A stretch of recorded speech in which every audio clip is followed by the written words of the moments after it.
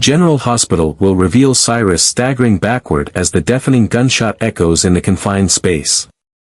Blood from the bullet wound spreads across his chest, staining the old coat he wears. His body trembles in waves, a reflexive response as life slowly slips away. His gray-blue eyes widen in confusion and anger, as if he cannot believe he is actually dying at Jocelyn's hands. He tries to raise his arm, but his drained strength causes him to give up, his body collapsing to the cold floor. No last words, no words of resentment, only his final breath fading in the dark night of Port Charles. Jocelyn stands frozen, her body trembling uncontrollably. Her eyes widen as she stares at Cyrus's lifeless body. The air in the room seems to thicken, her breath heavy, her heart pounding in her chest. The gun in her hand is still warm, reflecting the faint light from the dim lamp. She had never thought about killing anyone, but now, Cyrus is dead by her shot. He is no longer a threat, but the feeling of guilt and fear tightens around her mind. Did she do the right thing, or did she just open a door full of unforeseen consequences? Brennan rushed to the scene right after receiving the call. His eyes quickly scanned the room, stopping at Cyrus's bloody body before glancing at Jocelyn. There was no time to think or ask questions, he knew they needed to clean up the aftermath immediately. No one knew who could show up next, and a body like this would cause too much trouble. He quickly approached Jocelyn, gently but decisively taking the gun from her hand before turning back to Cyrus's body with a probing look. Outside, the city of Port Charles seemed unaware that one of its most dangerous figures had just been eliminated. But news spread like wildfire, and within hours, the media began reporting the sudden death of Cyrus. Chaos began to engulf the town as many questions remained unanswered. Where did he get Digitalis from? Who helped him? And does his death truly mark the end of all the crimes he committed? Meanwhile, on the other side of town, Laura and Martin received the bad news. Laura felt a strange sensation creeping into her mind, a part of her relieved that Cyrus was no longer a threat, but at the same time, a lingering sadness as he was still her brother, a part of the family she could not erase.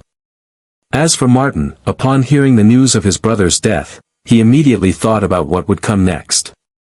And as expected, within a day, the public's attention shifted to another shocking piece of information, Cyrus's will. As the family's lawyer, Martin held all the documents related to Cyrus's assets. When he publicly read the will, Port Charles was stunned with disbelief.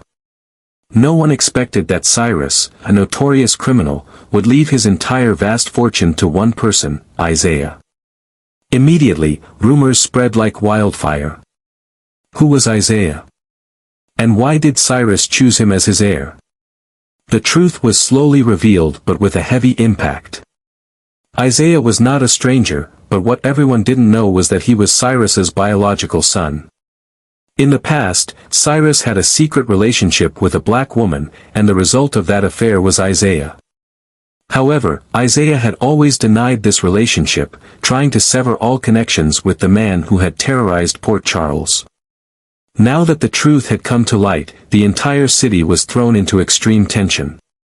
Many feared that Isaiah, with Cyrus's blood running through his veins, might become a new version of his father.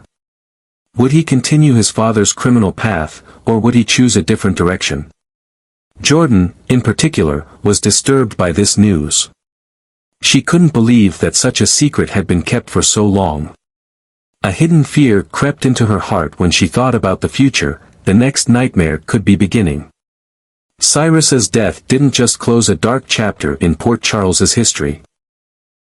It also opened up a series of mysteries and new threats. Would Isaiah accept the legacy Cyrus left behind? Or would he do everything to prove that he was not like his father? The answer remains uncertain, but one thing is clear, Port Charles would never be peaceful like it once was. This event shook Port Charles to its core, leaving everyone from political figures and law enforcement to ordinary residents in a state of shock and confusion. No one could believe that Cyrus had a son, especially someone like Isaiah, a man who had lived quietly, trying to stay away from anything related to his father. Previously, Isaiah had shown no signs of being connected to Cyrus, even avoiding questions or rumors about their link. But now, with the shocking revelation in the will, he could no longer hide it. Isaiah's name appeared officially in Cyrus's will, confirming that he was the sole heir to one of the most notorious criminals Port Charles had ever known. Cyrus's past was also revisited as people tried to learn about the secret relationship between him and the woman who had given birth to Isaiah. She was a strong black woman, but she had been drawn into the dangerous orbit of Cyrus. Not much was known about her, and it was unclear whether she was alive or dead, but one thing was certain: Cyrus had never publicly acknowledged this relationship. He knew of his son's existence but had never adopted or openly protected him. Instead, Isaiah grew up with the haunting thought that the blood of a murderer ran through his veins, and this made him constantly fight to sever all ties with Cyrus. But the truth could not stay hidden forever. The mere mention of his name in Cyrus's will was a powerful declaration that, whether Isaiah liked it or not, he was his son, the only one to inherit the massive fortune Cyrus had accumulated through years of illicit business. Port Charles was abuzz with this news, with many fearing that Isaiah, now in control of his father's wealth, might follow in his father's criminal footsteps. Those who had been Cyrus's allies could seek him out, hoping to continue the dark deals Cyrus had left behind. And what about those who had been his enemies? Would they see Isaiah as a new threat? Jordan was one of the first to speak out against this. As the city's police chief, she felt more uneasy than ever. She had spent so much time chasing Cyrus, only for his son to appear now with financial power in his hands. Jordan couldn't believe that such a big secret had been kept all this time. She was worried not only about Port Charles's safety but also about Isaiah. How would he face this legacy? Would he use it for good, or would he be pulled into a new cycle of crime by the ghosts of the past? These questions remain unanswered, but one thing is for sure: Isaiah's appearance has opened a new, dramatic, and dangerous chapter in Port Charles. As the questions about Isaiah's past and his true relationship with Cyrus continue to stir controversy in the city, Jordan feels torn, not only because of the consequences this could bring to Port Charles, but also because of her anger at those who kept this secret for so many years. Why didn't anyone speak out? Who helped hide this truth? And most importantly, did Isaiah know anything about his father before the truth came to light? She tries to hold back her personal emotions and focus on her duties, but inside, she cannot shake the worry. She has fought too long to rid the city of Cyrus's dark shadow, but now, just after one death, he has left behind a legacy that might be more dangerous than he ever was in life. Isaiah, who had always tried to separate himself from the past, is now being pulled into the heart of mysteries and unresolved plots. He not only inherits a fortune but also all the secrets Cyrus left behind. Old connections, those who once worked with Cyrus, and even his enemies, may now seek him out. Can he handle this pressure, or will he be consumed by the very legacy he never wanted? Debates are erupting everywhere. Some believe Isaiah is not like Cyrus, that he tried to live a different life and would never follow in his father's footsteps. But others are skeptical, especially those who suffered losses because of Cyrus. They cannot accept that someone with his bloodline should be allowed to freely possess such a massive fortune without supervision. At the Port Charles Police Department, Jordan called an emergency meeting with her closest colleagues. She needed to understand Isaiah better, to know who he really was, and most importantly, she had to make sure that Cyrus's legacy would not continue to spread terror across the city.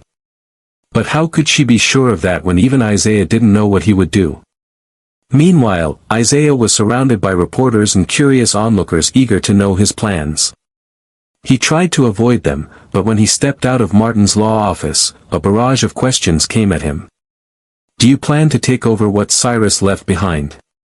Are you involved in his illegal activities? Will you continue or abandon your father's legacy? Each question felt like a dagger to his mind.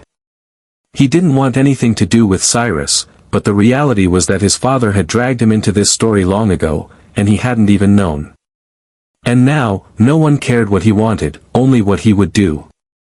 Port Charles is waiting for an answer. But Isaiah may not be the only one deciding the path he will take. Because in the shadows, those who were once loyal to Cyrus, those who worked with him, are starting to act. And if Isaiah doesn't quickly take control, he could become their next target. The battle to claim what Cyrus left behind intensifies. Speculation about his death becomes increasingly tangled as authorities struggle to piece together the remaining clues. His escape from the police, attack on Lucky, and subsequent shooting by Jocelyn, all within a span of less than 24 hours, have led many to believe he had accomplices pulling the strings behind the scenes. Digitalis, a rare poison found in Lucky's body, could not have just ended up in Cyrus's hands, especially when he had been under close surveillance recently. Who supplied it? Could this be part of a larger plan, a plan that even Cyrus hadn't anticipated? The appearance of Isaiah only deepens the mystery surrounding the case. Though he continually denies any connection to Cyrus, the truth is, he was named as the sole heir in Cyrus's will. No one knows how Cyrus kept the secret of this son for so many years. Why did he conceal this information? Did he intend to make Isaiah a part of his criminal empire, or was it simply a forgotten arrangement from the past? As the investigation continues, Laura feels a deep sense of unease. She has fought for so long to restrain Cyrus, trying to believe that at last, he had been eliminated. But his death has not brought the closure she hoped for. Instead, it leaves a dangerous vacuum, one that could be filled by Cyrus's heirs or those who had been loyal to him.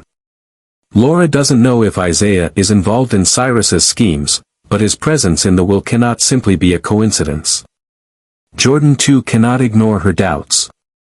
She has seen too many people hide their true nature beneath a facade of righteousness. Isaiah may have lived a life separated from Cyrus, but could that really be the whole truth? Or worse, could he have been drawn into the spiral of criminality his father left behind? Outside, Port Charles feels more tense than ever. Some worry that with Cyrus's vast fortune in his hands, Isaiah could become a new version of his father, continuing the illegal dealings Cyrus didn't finish. Cyrus's enemies may also come for Isaiah, seeking to reclaim what they believe belongs to them. And if there is someone behind the provision of Digitalis, that person has yet to reveal themselves. No one knows what will happen next, but one thing is certain, Cyrus's death is not the end. It's just the beginning of a more dangerous series of events, all revolving around the mysterious heir he left behind. Moreover, to ensure Port Charles doesn't face an underlying threat, Jordan has quietly conducted a thorough investigation into Isaiah. She cannot let anything slip through the cracks, especially with this man having blood ties to one of the most dangerous criminals she's ever pursued. Even though Isaiah claims he has no connection to Cyrus, Jordan knows that sometimes the darkest secrets are hidden in plain sight. She quietly checks Isaiah's financial records, traces recent transactions, monitors his meetings, and searches for documents that might prove his innocence. But the deeper she digs, the more disturbing things become. Isaiah is far from the innocent person he portrays. While he may not have directly participated in Cyrus's crimes, the financial records show he had shady connections with people who had worked with Cyrus in the shadows. Mysterious late-night calls, money transfers into anonymous accounts, and appearances at unexpected locations, all point to one thing: Isaiah might know more about his father than he admits. An even darker secret emerges. In some instances, Isaiah not only knew about Cyrus's illegal activities, but it appears he was also involved in some of his financial dealings from years ago. Jordan feels a chill run down her spine as she realizes the evidence in her hands. Has Isaiah always been a part of Cyrus's world, or was he merely dragged into it? More importantly, is he quietly inheriting what his father left behind? If Isaiah truly wanted nothing to do with Cyrus, why are there transfers of money into his accounts from one of Cyrus's former partners? And who is behind these shady dealings? She knows she can't reveal this information right away. If Isaiah is truly dangerous, she needs enough evidence to bring him down before he can react. But if this is just a coincidence, or a trap set to blame Isaiah, exposing him now could plunge Port Charles into chaos once again. As Jordan contemplates her next move, another crucial question flashes in her mind. If Isaiah isn't the only one involved in Cyrus's secrets, then who is really pulling the strings behind the scenes? And more importantly, what are they planning for Port Charles?